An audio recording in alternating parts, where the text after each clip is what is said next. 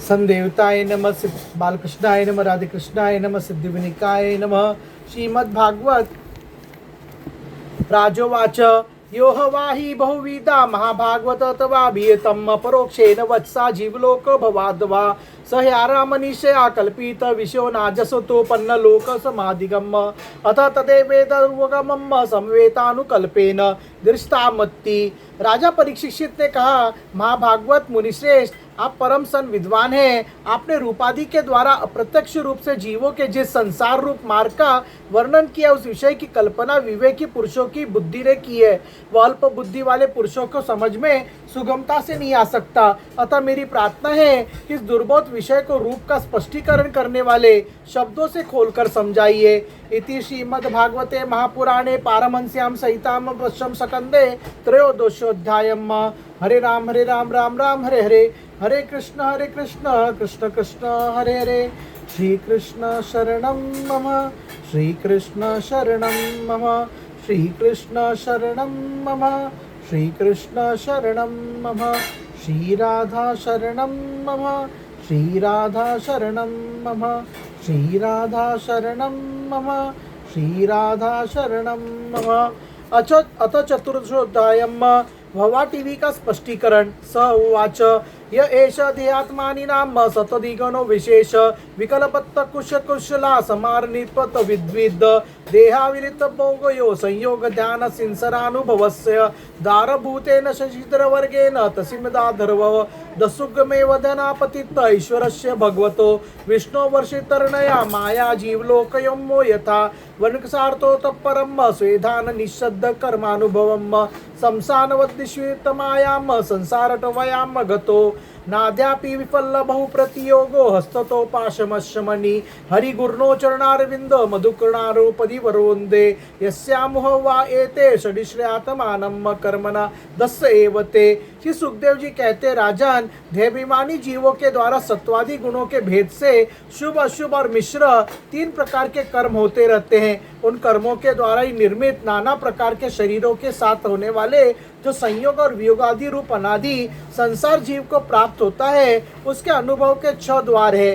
मन और 5 ज्ञानेंद्रिय, उनसे विवश होकर यह जीव सहु मार्ग भूलकर भयंकर वन में भटकते हुए बंजीरों के समान पर समर्थ भगवान विष्णु के आश्रित रहने वाली माया की प्रेरणा से बियड वन के समान दुर्गम मार्ग में पड़कर संसार वन में जा पहुंचता है। यह वन शमशान के समान अत्यंत अशुभ है। इसमें भटकते हुए से अपने शरीर से किए हुए कर्मों का फल भोगना पड़ता है। यह अनेकों विघ्नों के कारण उसे अपने व्यापार में सफलता मिलती है, तो भी वो उसके श्रम को शांत करने वाले श्री हरि एवं गुरुदेव के चरणारविंद मकरंद मधु के रसिक भक्त भ्रमरों के मार्ग का अनुसरण नहीं करता। इस संसार वन में मन सहित 6 इंद्रिय ही अपने कर्मों की दृष्टि से डाकुओं के समान है। तद्यथा पुरुषस्य धनम यत्रा चतुरोपवेकम बहुकृच्छनागीतम साक्षात परम पुरुषार्धन लक्षणो यासो धर्मस्त्वम तु सांप्राय उदाहरन्ति तधर्म्यम धनम दर्शन पर्शनार्वर्तर वग्रणाम संकल्प व्यवसाय ग्रम ग्राम भोगेन कुनातस्य अजितात्मनो यथार्थस्य विलुपन्ति। पुरुष बहुत सा कष्ट उठाकर जो धन कमाता है, उसका उपयोग धर्म में होना चाहिए। वही धर्म यदि साक्षात भगवान परम पुरुष की आराधना के रूप में होता है, तो उसे परलोक में निर्श्रेष्ठ हेतु के बतलाया गया है।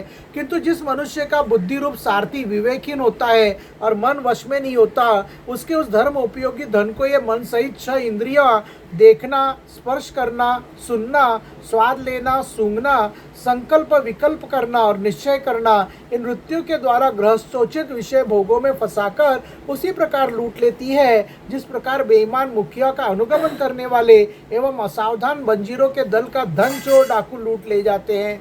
अतः च यत्र कौटुंबिको दारत्त पद्धयो नामना कर्मणा वृक्षसृगला एवं चितो कर्दस्य कुटुंबिन्न उर्णकव संरक्षमानम मिशोतोपि हरन्ति। यही नहीं, उस संसार वन में रहने वाले उसके कुटुंब भी जो नाम से तो स्त्री पुत्रादि कहे जाते हैं, किंतु कर्म जिनके साक्षात भेड़ियों और गीदड़ों के समान होते हैं, उस अर्थलोलुप कुटुंबी के धन को उसकी इच्छा न रहने पर भी उसके देखते देखते इस प्रकार छीन ले जाते हैं जैसे भेड़िया गडीरों से सुरक्षित भेड़ों को उठा ले जाते हैं। यथा अनुवत्सरम कृष्णमान मध्यगद बीजम क्षेत्रम पुनेवापना काले विलुत्रमुणो विरुद्रो ब्रह्मेव भवतेवमेव गुरुआश्रमम कर्म क्षेत्रम अस्मिन् हि कर्मण तु सिदन्ति यद्यम काम करंड ऐसा अवस्थतम। जिस प्रकार यदि किसी खेत के बीजों को अग्नि द्वारा जला न दिया गया हो तो प्रतिवर्ष जोतने पर भी खेती का समय आने पर वह फिर झाड़ झंकार लता और तृण आदि से घन हो जाता है, उसी प्रकार ये गृहस्थाश्रम भी कर्म भूमि है। इसमें भी कर्मों का सर्वथा आच्छेद कभी नहीं होता, क्योंकि ये घर कामनाओं की पिटारी है। तत्र गतो दंशमश्कशान पशुद्रुमुरोजेयम् शलकश्यपु कुंतरो मोष्कादि वृत्तो देयमान बहि प्राणम कवचिद् परिवर्तमानोऽस्मि नंद वन्या विद्या काम कर्मो विरूपक्त मनसानुपपनार्थम नरलोकम गंधर्व नगारूपनमीति मिथ्या दृष्टि रणु पश्यति। उस गृहस्थाश्रम में आसक्त हुए व्यक्ति के धन रूप बाहरी प्राणों को डांस और मच्छरों के समान नीच पुरुषों से तथा टिड्डी पक्षी चोर और चूहे आदि से क्षति पहुंचती रहती है। कबीर इस मार्ग में भटकते भटकते अविद्या कामना और कर्मों से कलुषित हुए अपने चित्त से दृष्टि दोष के कारण इस मृत्यु लोक को जो गंधर्व के नगर के समान असत्य है सत्य समझने लगता है। तत्र च कविचतो का भीमान विषयानुबधवती पान भोजो विवादी वसन रूपम। फिर खान पान और स्त्री प्रसंगादि व्यसनों से फंसकर मृग तृष्णा के समान मिथ्या विषयों की ओर दौड़ने लगता है। कविचिद्दाशेष दोष निषदानम पुरुषस्य विशेषम तदुर्गुणो निर्मित्य मत्यम सुवर्णामुपदद्ये न काम कातार विलोको तो पिशाचम। कभी बुद्धि के रजोगुण से प्रभावित होने पर सारे अनर्थों को जड़ अग्नि के मल रूप सोने के ही सुख का साधन समझकर उसे पाने के लिए लालयित हो इस प्रकार दौड़ धूप करने लगता है, जैसे वन में जोड़ों से ठिठुरता हुआ पुरुष अग्नि के लिए व्याकुल होकर उन्मुख पिशाच की आज्ञा बेताल की ओर उसे आग समझकर दौड़े।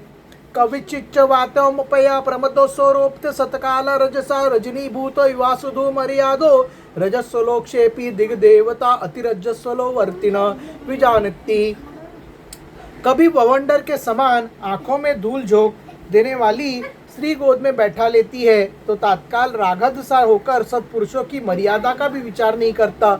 उस समय नेत्रों में रजोगुण की धूल भर जाने से बुद्धि ऐसी मलिन हो जाती है कि अपने कर्मों की साक्षी दिशाओं के देवताओं को भी भुला देता है। कवचित् सर्वता विषय वेतत्यम स्वयं पराधिध्याने विश्रांत से मरीचि तोत्र प्यास बीधावती।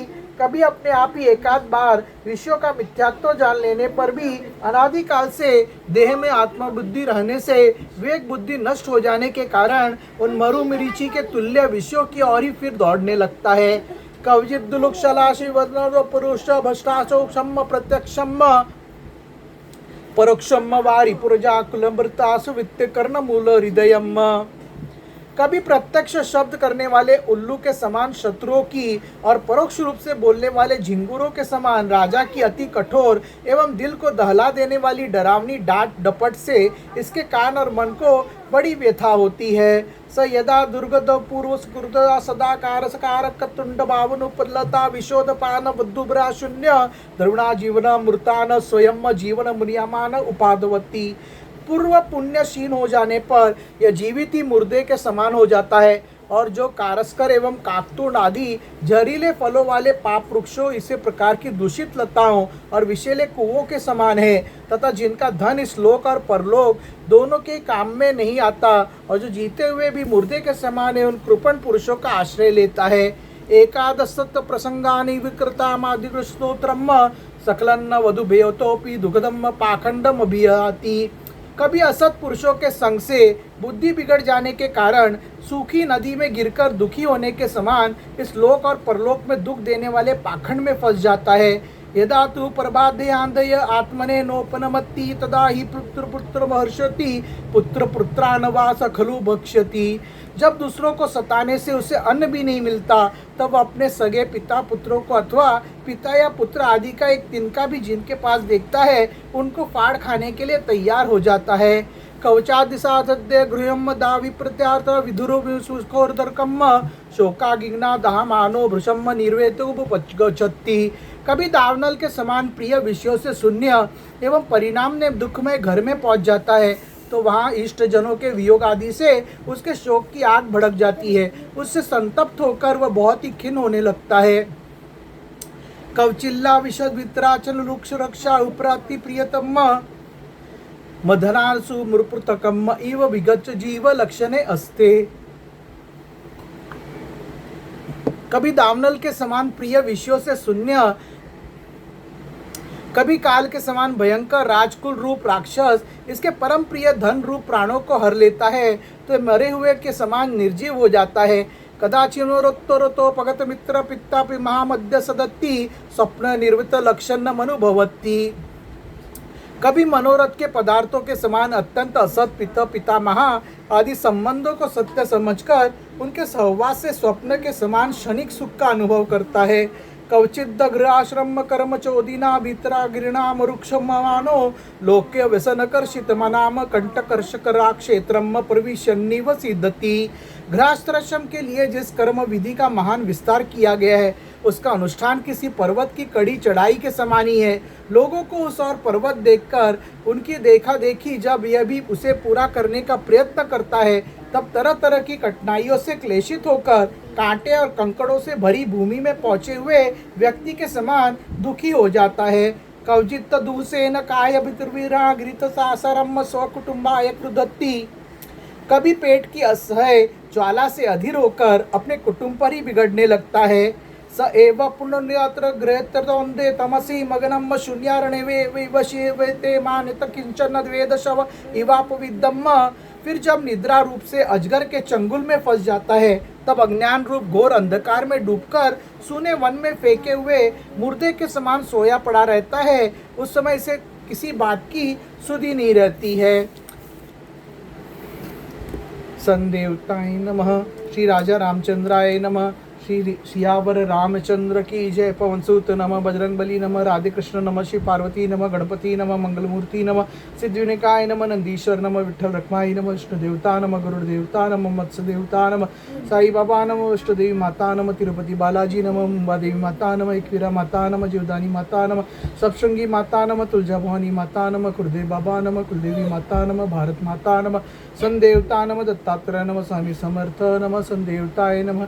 श्री राम जय जय राम। श्री राम जय जय राम। हरे राम राम राम हरे हरे। हरे कृष्ण कृष्ण कृष्ण हरे हरे। मंगल भवन मंगलहारी अजर बिहारी राम सिया राम जय जय राम।